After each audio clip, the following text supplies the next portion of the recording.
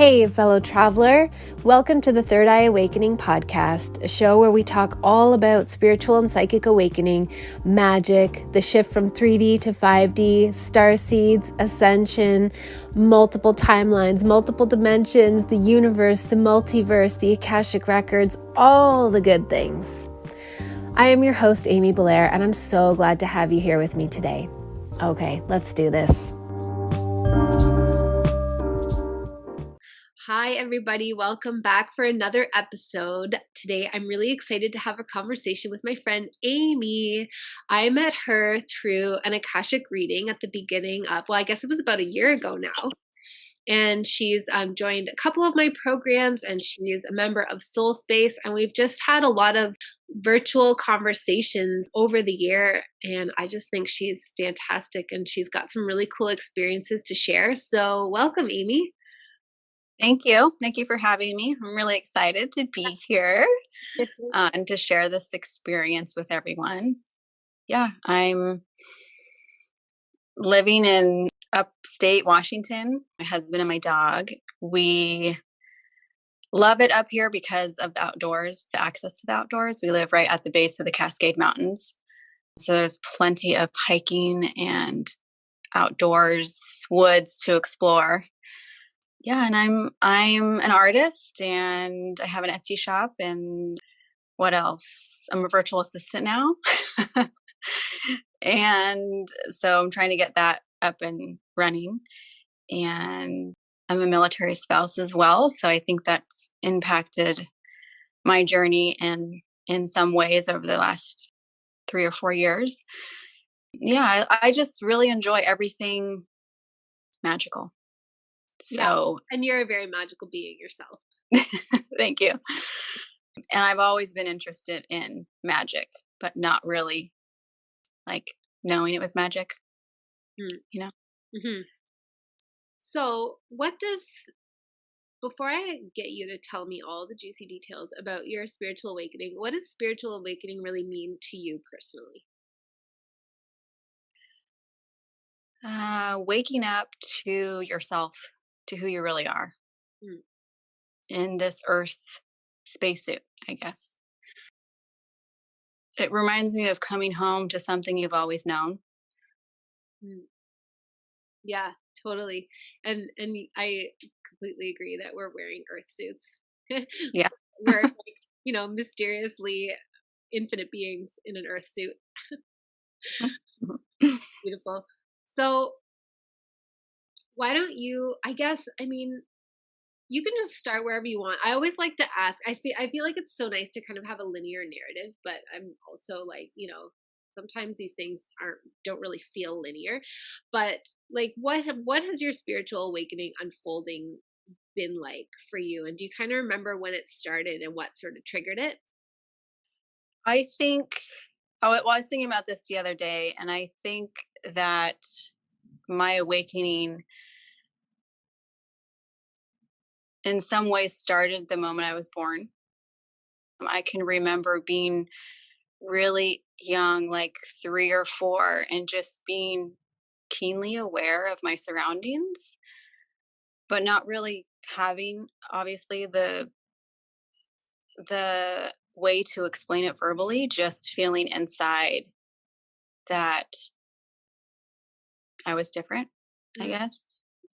I think the what really allowed the awakening to happen naturally and a little like over time, I guess since I was a child, there wasn't like any cataclysmic event that made me like have a light bulb moment, an awakening. I was raised Catholic, and growing up going to church every Sunday, there was a lot of traditions in the Catholic faith, which I'm thankful for having. I think the Catholic faith is really good in teaching kind of purpose in your faith and service and love for others and treating others with kindness. But I always felt like I didn't belong. I always felt like I was searching for some more meaning or something more that I couldn't find in mass or a CCD class or I was just doing what my parents wanted me to do and what they had always done. They were both raised Catholic. My mom went to Catholic school. My older sisters went to Catholic school. By the time that my sister and I were born, my mom always said she couldn't afford to send us to Catholic school, so we went to public school. There was kind of a disconnect in that respect to being raised Catholic, but I think when it really started to shift for me was when I was in my late 20s. I was kind of a late bloomer and really just trying to discover what I was and what my place was in the world. And I just didn't feel comfortable going to church anymore or practicing all of the sacraments, like being baptized and first communion and then confirmation and then like having to do all of these things that supposedly were to solidify my faith and my connection to God. And I always felt like that was weird. Like, why couldn't I just be connected to a higher power or whatever that is in a way that feels good to me? Hmm. That's not some sort of outlined rule book about the way it's supposed to be. Hmm. And I really struggled with that just because I'm a rule follower. I do everything that I'm told to do. I kind of didn't really deviate away from that. And I remember the time that I made my confirmation, the bishop came in and to all of us that were being confirmed and told us, from this moment on, it's your responsibility to practice your faith. It's your responsibility to go to mass every Sunday, and you know your connection with God is your own. But like you always, basically, you have to come to the church to do it. Like it just didn't seem like it was the way it should be for me, and I didn't want to do that. I didn't want to have to go by anyone else's rules, and so I stopped going to church. I remember telling my mom, I'm not going to go anymore. And she was like, okay, well, why? And I just like, I don't feel like I can connect with God in that way. It's just, there's all these symbolisms and, stories and which are great, like the birth of Jesus and Moses and the Virgin Mary. But, uh, you know, there was just always a disconnect. Mm. And when I moved away to go to college, I don't know how I got started on this, but I was just searching and I found Doreen Virtue and like her angel cards and being connected to angels. And I always felt actually in that respect that I had some sort of a connection to an angel, like a guardian angel, but had never communicated with one or seen one or anything like that. But I think that led me down the path of consuming all of the spiritual books and information that I could.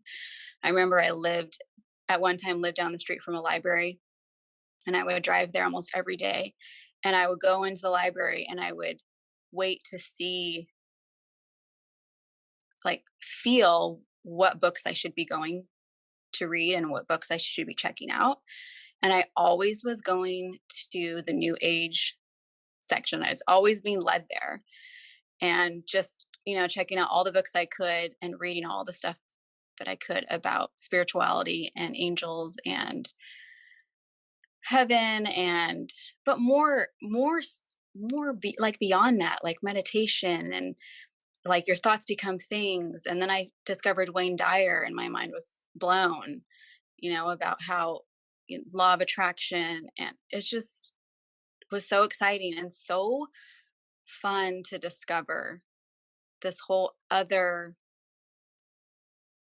definition of what spirituality means and connecting to God, and then just discovering that God is also within us, not some sort of man in the sky in a way that I'd always believed or grown up believing. We relate, by the way, to the part about going into bookstores and always being drawn to the kind of spirituality new age section. That's the Hmm. same. Even now, I don't go to bookstores as often now, but I always like that. Now probably it's just my practice path, but I'm always like, what's new over here? Hmm. Hmm. Yeah, and I had a moment not too long ago, I'd say like about a year ago, where I was in a bookstore looking for a book, and another book like in that same on that same shelf just happened to like fall off the shelf, and I was like, that shouldn't happen. Why would well, that's weird. Hmm. And so then I just picked it up and started reading it, and then I ended up leaving it with that book instead of the Yeah, book it just happened to that fall. initially. That's all. Yeah, There's it just nothing happened to fall, there. right? I mean, it's supposed to happen. Yeah. And I think that just, I feel like I'm still on an awakening stage. Mm, I think this year has been really challenging for me in a lot of ways about, you know, magic and what that means to me, and trying to become more connected with, things like spirit guides and angels, and being more open to other belief systems mhm. like magic, and what that holds. But Yeah, well, let's talk about that for a minute because we kind of think like we started similarly, like awakening in a similar way around the similar time this year based on kind of the world events because we had our reading at the very beginning of February, as I recall. And at that point, COVID was still happening in China and like mhm. I personally was just choosing to ignore my husband getting, freaked out about it coming over here. I was like, whatever, whatever. And so I really wasn't thinking about it at all. And then you joined my very first program that I ever did, Magic Awakening. I think it started in April, I think. And anyway, even then, like I kind of had already created the structure the year before, but with everything happening, I was like, oh, this isn't just like, it's still my perspective. It's filtered through my perspective, but like, this is really urgent stuff. Like stuff is going on that even I don't fully understand. And it was kind of cool because I felt like I had accidentally created a tiny, beautiful little club of people all sort of being like, what the fuck is happening at the same time, but in a similar way. So, how has this year kind of changed your views and how has it felt like a different level of awakening because it certainly has for me. I mean, I think awakening doesn't end for any of us because it's not like we ever get to the bottom where we're like, well, I know everything now and there's no mystery left. But definitely all the things this year have been very catalyzing and activating for so many of us. What's it been I like? think I think it's this year has sort of kind of been has come to a big head for me.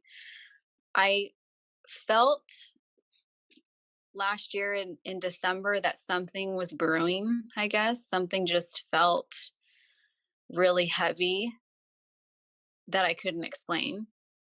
And and then with the the knowledge of COVID, and just I don't know, it like blew up my mind to what was really going on in the world that I didn't want to see, that I didn't want to acknowledge.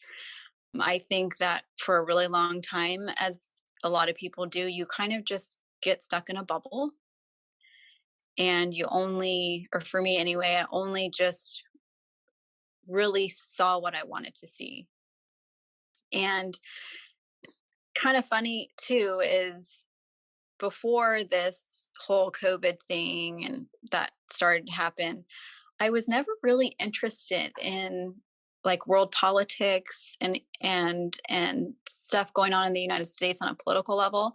So with that aside, that was also an awakening in a way for me. And I remember trying to, like talk to some family and friends about it. And it just I noticed that they were still stuck in the bubble, Hmm. I guess. But not with no judgment towards them at all, but just realizing that I felt like I had finally broken free of some sort of constraint. A spell that Uh, was on us. yeah, Hmm. yeah, and saw the world in a whole new light. And it was kind of interesting the way that I was led to your group. I remember I was listening to a podcast on iTunes with Faylene. I can't remember her last name. Yeah, and you were featured on there. And I remember you talking about your journey to mother, your experience with your son, and being really moved by that. And I had started about 3 years ago to investigate spirit baby communication just on my own because I was just interested in it. I had read a few books and then kind of just forgot about it. And, we had been trying to get pregnant. And when I listened to that podcast with you being featured, I was like, oh, she gets it. Like there's something that's valuable here that I have to further investigate. And then what led to found you, and then like you had come on a live or something. It was on your Facebook page for the soul group, and you had come on a live and you had said, this is for someone who needs to hear it right now.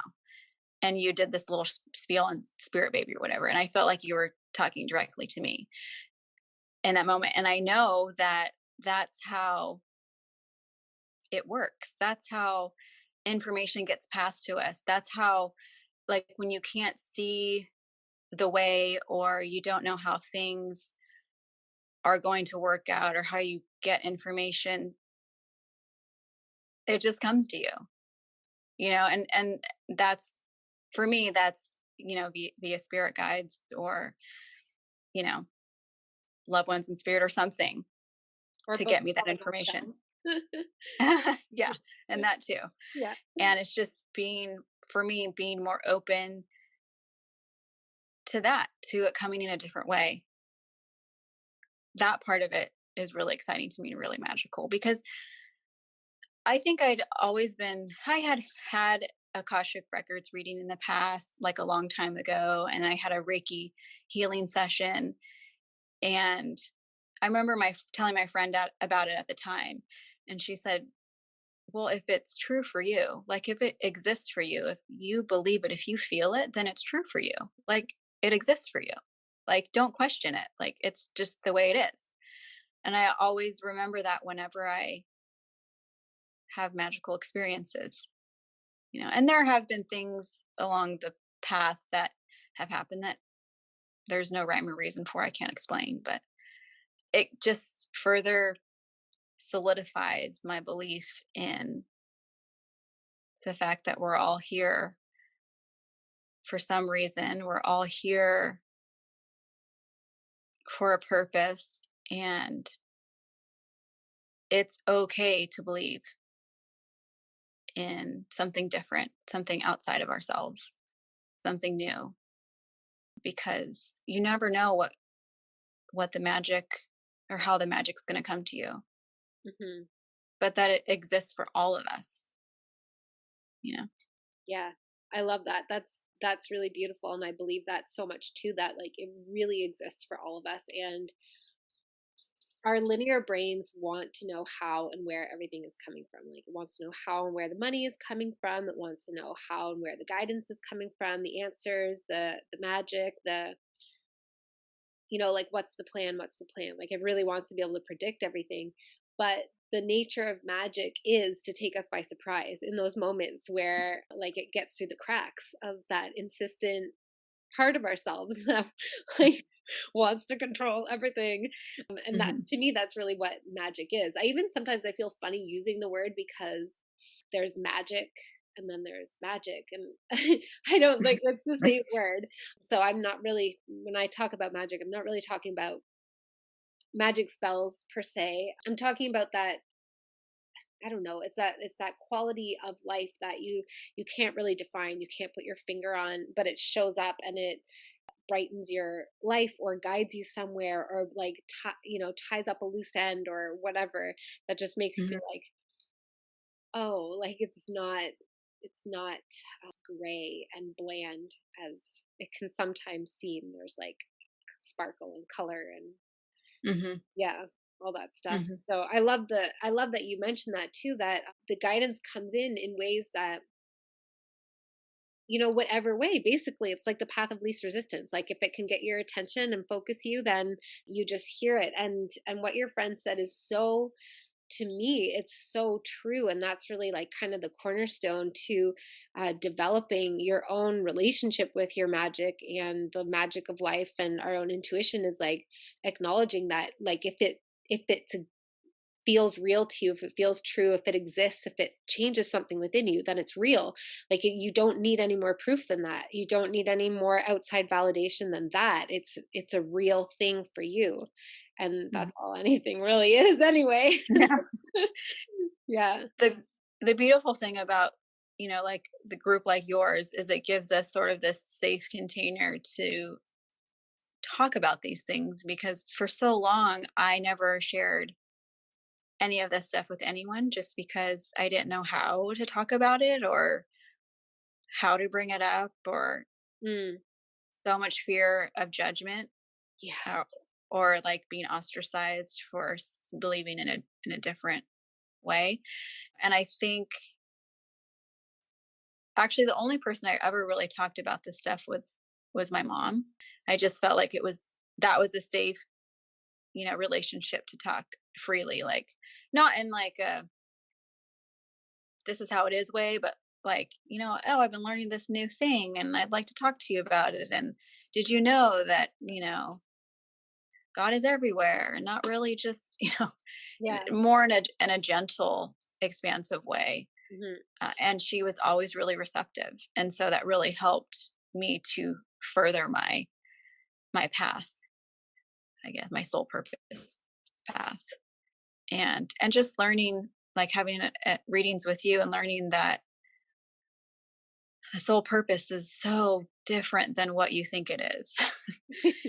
It's Yeah. not like your career or, all the things that you think it should be. It's usually something completely different, which looking back over my life after having, some of the readings with you and being in some of the groups, is how everything I've done has led me to this point. Everything that I've experienced has just gotten me closer to being comfortable in my skin, being comfortable with knowing that this life isn't all there is. Like there's so much more to us than what we experience here. Yeah, totally. And it's so, I mean, even I really take for granted now how many of these conversations I get to have, like through Soul Space and basically just through people that I meet. And similarly, I didn't used to talk about this stuff with almost anyone because I was so afraid of ridicule. Was the big thing that really felt scary to me, like being ridiculed and laughed at and kind of like written off as like just, I don't know. Like not having anything of value to my perspective was really scary. And now I have all these beautiful conversations with people who just are also experiencing things that suggest to them that there's more to all of this than what we see. But I take for granted now, I'm like, how of course there's more to it than what we see. Like of course it's so silly to think otherwise, but then I'll have a conversation with somebody in like, the outside world, and I remember how much most people still believe that you're supposed to go to school, like for on the topic of soul purpose, for example, you're supposed to either pick a trade and apprentice, you're supposed to pick a career path and go for the appropriate training for it at some level. And then you're supposed to get into an entry level position and you're supposed to, keep working at it, leverage it, and like, and then you get these little signifiers of success. And that's the path through life. And really, when I think about it, I'm like, that makes no actual sense. Like, I mean, we get to do that, and that can be really fun and satisfying depending on your personality type. But that, like, there's no requirement that it be so linear and so restrictive, and that's like how success is defined. And really, like, that's definitely not what our soul mainly came for sure. To pick, like, Mhm. I'm going to be an electrician and I am going to pursue this. And that's it. Maybe, I don't know. But I think most of us, that's not really the main reason our soul came. But it's funny how much that's still what is believed, and that's still kind of how we react to each other, to like hold ourselves to this weird standard of success that actually is like, unless you're really following the prompts of your soul, usually it's like a really surface level, kind of empty of actual satisfaction kind of concept of success, and being Hmm. a good person with their shit together and whatever. Yeah. And I think we get so caught up in that and not really, some of us, not all of us, but some of us not really wanting to listen to the voice inside. Like, what is it really saying to you? It's always speaking to you, whether you acknowledge it or not. But I think listening was beneficial for me and guiding me through my life and certain things I've done and practices I've taken on and people I've met. But I do remember being, I don't know, like 20 or something, and in junior college, and I just couldn't figure out what I was going to do, like what career. Just nothing stood out to me, and I had the belief that I had to go to college, get a job, like major in something like science and get a job and then work in that job forever until I retire. And that's the way it was. And maybe get married in there somewhere and have kids. But I remember had to take like like an elementary art class as part of my degree. And once I took that, then that was it for me. Like I knew that art would be a part of my life. And what had already been up to that point, like in different areas. Like I remember my mom always saying, you always had the teachers in elementary school that were artistic, and you seem to always excel in, you know, in the assignments that were art based rather than the other ones, which just was true. But I feel like creating art is a way that I connect. Mm. It's a way for me to de-stress, and for so long I was so, believing that I had to create art a certain way, that I had to have certain ideas, and then it just, like I was a painter, oil painter for a very long time, and then that kind of just fell away, and I was so, had like such an identity crisis, like who am I if I'm not a painter? Like what does that say about me as an artist? Like what other art am I going to do? Or and I think coming back to, I'd always loved sewing, I still love color and I still like painting, but I'd always done sewing. And so coming back to that and really finding purpose in, you know, making quilts, but using my art background to do that, but also using the time when I'm creating to get like downloads or to like connect, or I wouldn't even say downloads because it's not really like that for me. It's just like this knowing, like this idea comes in my mind and then like drops down, and then I just know, and then I just do it. But I know it, I know for a lot of people like this conversation is just totally out there. Like they're not even there. Luckily, But I those think people aren't podcast listeners. I know. But I think that the way that the world is going and the way that it's shifting, this kind of conversation is becoming more acceptable and more, a little bit more mainstream, which is really nice. Yeah, Uh, I think so too. And I think, I mean, like, obviously the groundwork has been laid for years, right? Of just like it opening up a little bit more and a little bit more. But definitely this year, there just seems to be like this. I don't know what it like. I know what it is for me, but I don't know what it is for the average. That's a really rude way to put it. I was gonna say the average person, and I was like, as if I'm like outside of average. But I mean, like other people, right? mhm. Who haven't necessarily been thinking this way for a couple decades already. I don't know what it has been like for them, but it's interesting to see people just almost. It's almost like a little bit of like end times kind of vibe, like, oh fuck it, like I'm just gonna like do what I love and like share more openly and not worry quite so much about the same things that I worried about before when I was just trying to like do my part in maintaining the status quo. But it's really interesting. I agree that these have become more slightly more commonplace, or maybe significantly more commonplace kind of conversations over this past year. Amy has a an Etsy shop that is going to be linked in the show notes, PS, and she makes truly beautiful quilts. Like it's all hand done, and she chooses everything so deliberately, and you really have to check it out because they're stunning pieces. Um, Thank you. she didn't ask me to come back. I just happen to know, and they are beautiful. I'm curious what it's been like to be a military spouse and be a right-brained artistic person and to be kind of on a spiritual path because I have no military anybody in my family. I have no personal military experience. Plus, I live in Canada. We just rely on your military, let's be real.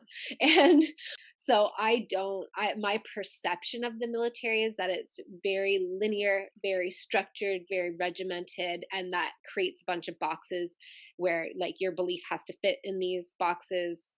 There's not a lot of room for it to be unique, but that could be an erroneous assumption.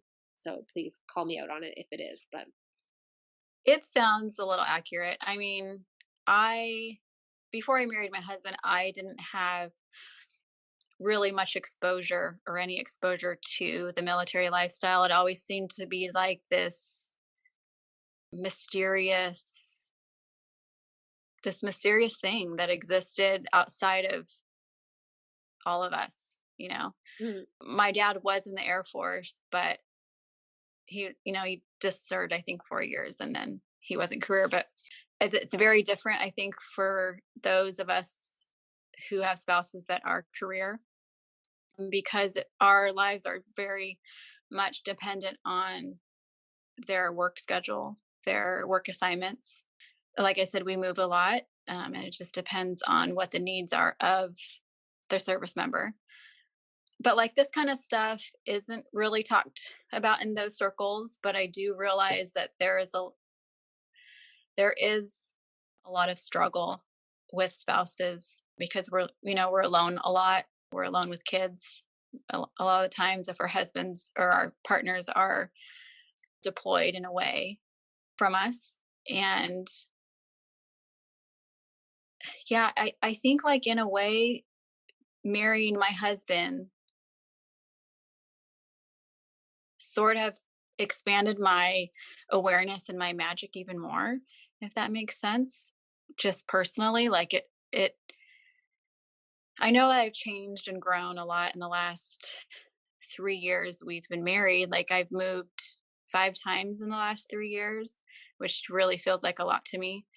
I've seen and traveled to places that I never would have gone to otherwise, or would have taken me so much longer to get to, with savings and flying money and stuff. But I can't explain it. I feel like I've developed a deeper understanding of the struggle of the pride with being part of the military, an appreciation and just an understanding that we're all in this together.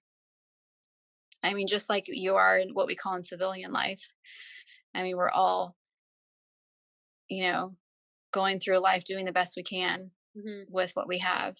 And being in the military or living the military lifestyle has allowed us a lot of things that we're grateful for that we've been able to do and see. However, we've had to sacrifice a lot. And I think that you can't really understand that unless you're in it.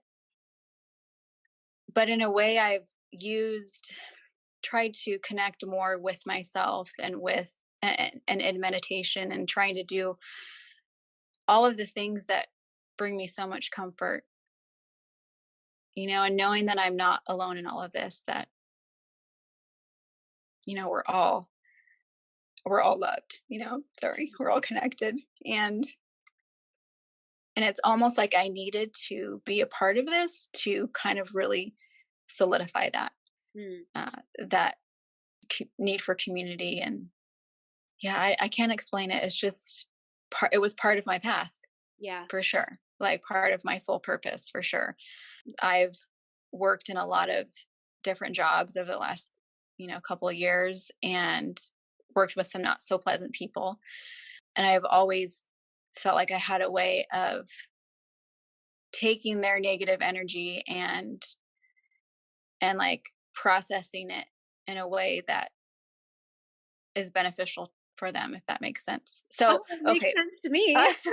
Well, let me just explain it to the listener. So, when I had a Akashic reading with Amy, the very first one, I asked what my soul purpose was or is in this lifetime, and she said that my soul purpose was in energy laundering, which means that I meet people at the time when they're the lowest, when they feel gunky and yucky and hate the world and are angry and in despair. And I take their energy, bring it through my body, and like clean it up and then give it back to them pure and lovely, and they leave feeling good after interacting with me. And I very much have felt that really in the last few years. And moving a lot, I get to meet a lot of different people, and I just have seen and felt that purpose occurring all of the time. And so when I say that it was meant to be that I married my service member and we've moved all these places and have sacrificed but have had joys too, in those moves and in those processes, I've been able to clean a lot of energy, without not really knowing it, but knowing it. Like, oh, that's why I'm so tired when I come home from a party, or that's why I'm exhausted when I come home from work, or Yeah. And that was like one of my favorite soul purposes that I ever like discovered, because I was like, wow, this is so unique. So also, to be clear for listeners, it's like what I saw is that it almost doesn't matter what job Amy does, which can sound probably kind of annoying if she really wants a specific kind of career, but she could have whatever she wants. But the whole point is that she interacts with people and she meets those ones who are really like have a lot of grime in their energy. She like in our interactions we receive people and she receives their energy and she kind of like runs it through herself like a laundering system, and it returns. So she's not taking their energy, she's running it through herself and it returns back to them, and they just feel better. But it's not necessarily because she said something funny or complimented them or anything. They just feel lighter, they feel more like themselves, and they feel unburdened, and they don't even necessarily realize that they even feel differently or that anything has changed. It's a really subtle kind of magic. And but also I want to be clear too that it's not, Amy doesn't then carry that grime. Like it's tiring because she's working. Like when we go to work, we come home and feel like, oh, I've worked all day, I'm tired. But it's not her burden to like carry those people's grime. It just sort of like, I don't know, it just kind of comes off of their energy and it just goes away. So anyway, I want to be clear so that people aren't like, oh my God, you have to take on shit. It's not, that's not how it appeared to me, or at least when it's functioning ideally. I'm sure sometimes when you're not feeling at your best, you do inadvertently take on grime hmm that, but it's not yeah. supposed to function that way. That's not your burden to take on their stuff. But I've had to learn boundaries too, like Yeah. energetic boundaries and what that means. And even like this conversation and all of the verbiage we're using and the terminology, to someone who's not really awake yet or maybe on their awakening journey, to me it sounds normal to talk like this Yeah. and these using these phrases. But I know that there's some out there that it's like, what are you talking about? What's 5D? What's 3D? What's I know that everyone out there, whether you're awakening or not, has heard of soul purpose. So Yeah. that's a common term. Mhm. Yeah. But yeah, it's just all of this is so exciting because I love learning about magic. I mean, everything like crystals and the full moon and like how that's tied to like you as a woman and yeah, just how powerful energy is and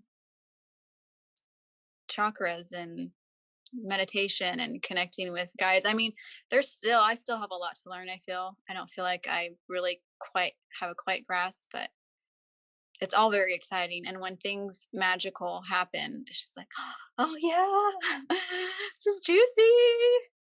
I wonder if there are people who truly, like, actually don't want to know anything about any of it. I know that there are people who say they don't.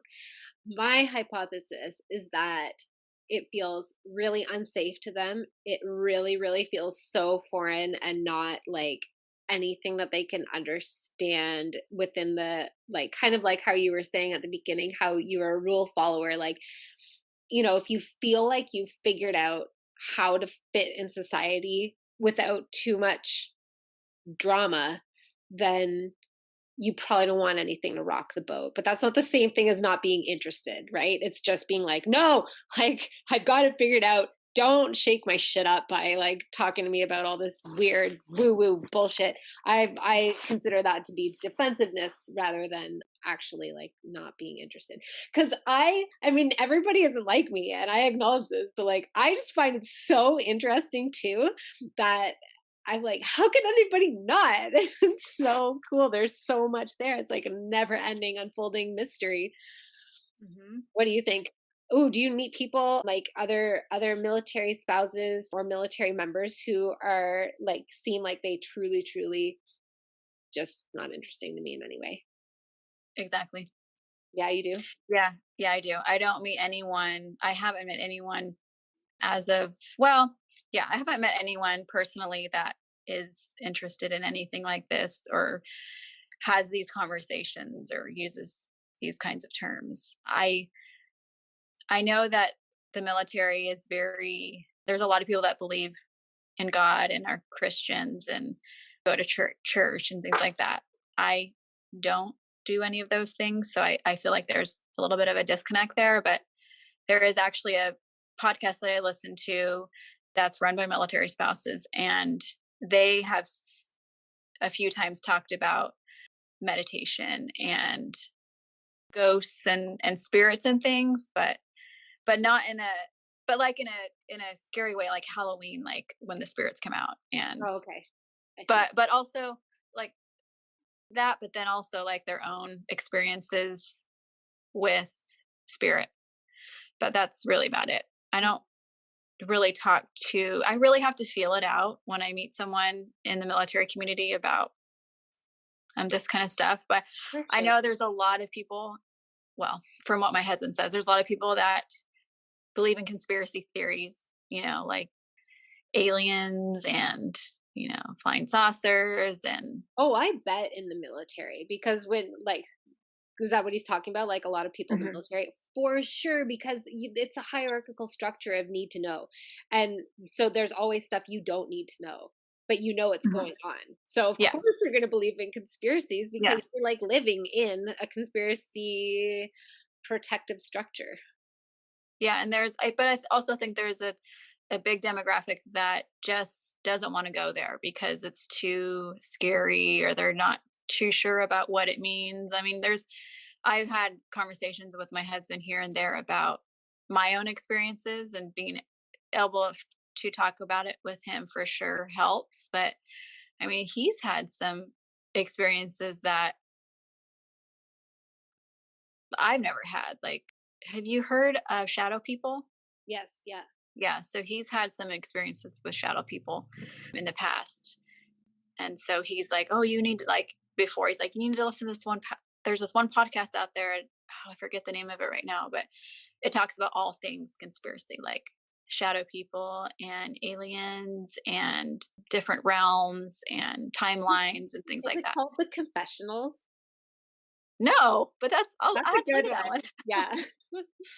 No, I'll have to send it to you later, but it's one that's been around since I think before podcasts were podcasts, it was like you had to listen online. Right. And I think it's been around since like the 70s or 80s. And it's just grown since then. But that's a podcast that some of the things I don't listen to because it's a little bit, to me, a little bit more fear based. Hmm. And I know that there's always going to be polarity, right? I mean, there's always going to be good and evil and bad and good. But for a lot of my experiences have only been positive. Yeah. I haven't had any dark energy or dark magic or any of that come in for me, Hmm. thankfully.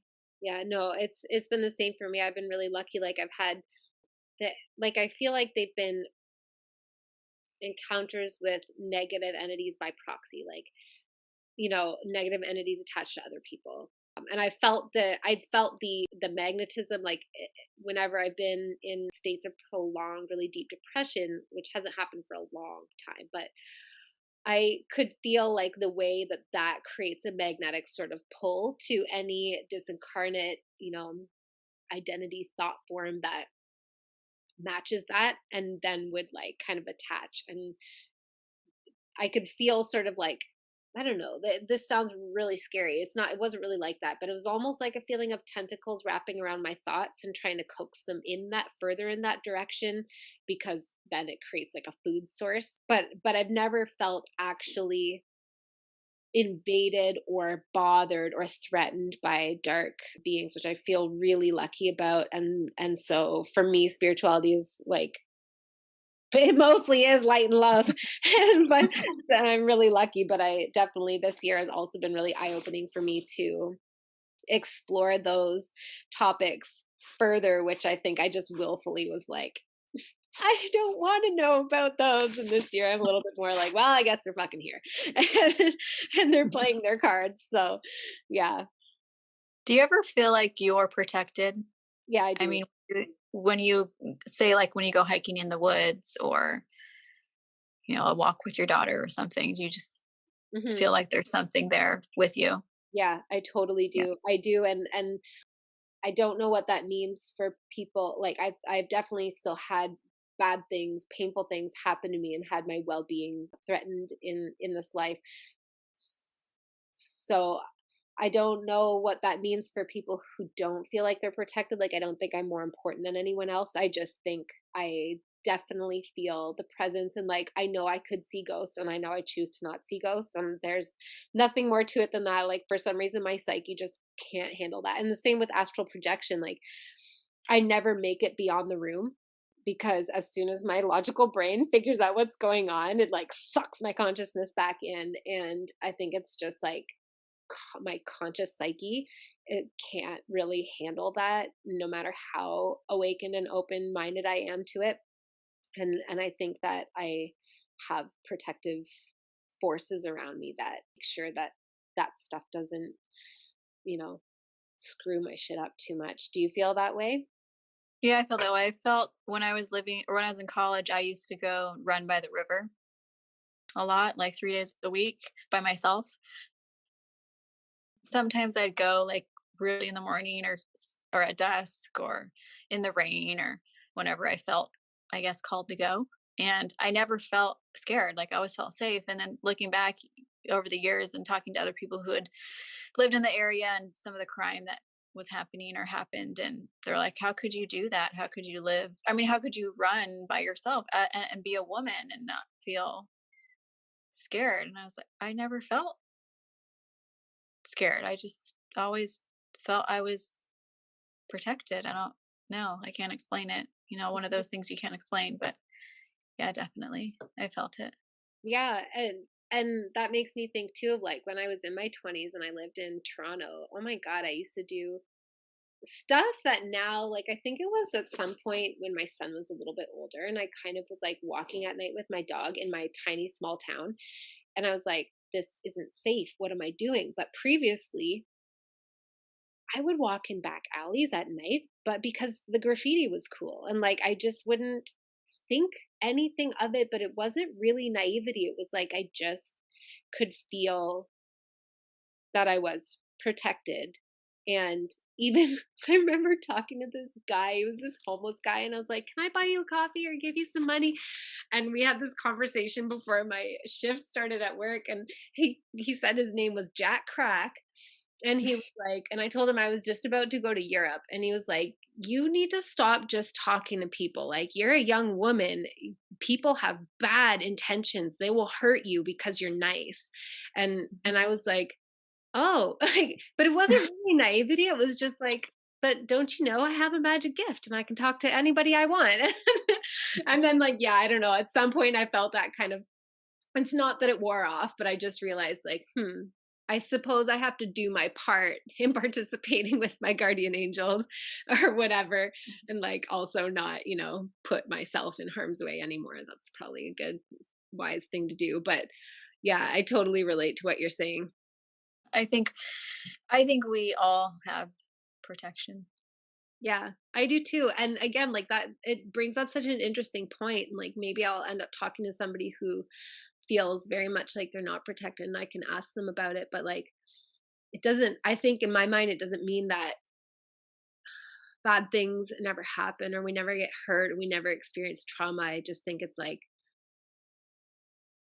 an awareness that also there are benevolent, non physical beings that are with us and that we're not just like naked and unarmed and alone at all times in all circumstances. Mhm. Yeah.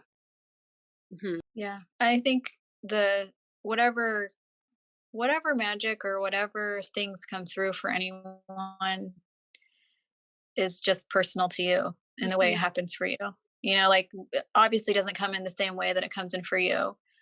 I When I started on this spiritual path, I guess you can call it, in college, really, that's when started dreaming. That's when my dreams started to show more of themselves. I mean, became more explicit and more like a story, and I Yeah. began to dream Amy every has night. amazing dreams. They give her answers and guidance like with incredible clarity and yet symbolism too. It's really cool. Yeah, you had mentioned during one of your courses to say, like, for anyone to say before they go to sleep, wouldn't it be great if, or what would happen if? And so I started adopting that before I go to bed. And it doesn't always, the dream doesn't always yield to the question, but sometimes it does.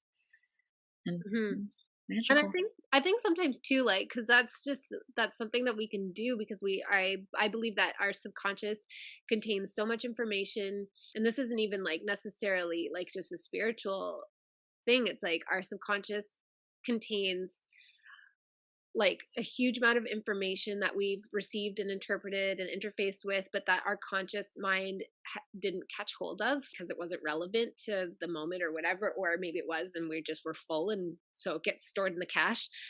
And we can frame it to ourselves like, wouldn't wouldn't it be great if I knew the answer to this question? Wouldn't it be great if I understood what this meant? When, whatever, like just framing it like that in a really kind of like chilled out, not obsessive, like give me the answer way, but just like, wouldn't it be cool if I had the answer? And then just like carry on with your life and or go to sleep. And then it might not even come up in that dream that night, or it might come up in a dream and then you forget it by the morning, but it's still kind of like you've gained clarity, but the clarity doesn't disseminate to reach our consciousness until it does because we're also Hmm. just living life and we're busy and stuff, right? So Right. yeah. Yeah. Hmm. Well, it has been a huge joy to have this conversation with you. I feel, and like I know that there's so much more just from the other conversations we've had and readings and stuff. There's so Hmm. much more that we didn't even get into. So maybe we'll have another one sometime. Yeah. Yeah, that would be nice. I've really Thank you. loved hearing about your journey and the things that I didn't already know about you and just connecting with you as always. Thank you. I hope it was clear. I hope I spoke clearly. Yeah, no, I totally. sometimes I sometimes get off on a rant, or my thoughts don't always formulate Well, clearly. you are in good company because this is a right-brained podcast. Celebrates right-brain nonlinear ramblings. And also that this is really, I think, the way that information flows out when we just kind of like loosen the reins around having to communicate it like bullet point sequentially or whatever, just the perfect stuff comes out that really lands with the listeners. So Good. thank you. And thank you, You're everybody, welcome. so much for listening. We really appreciate your attention for this time. And I hope that you are having a great day or night wherever you are. And I'll catch you on the next episode. Bye, everyone.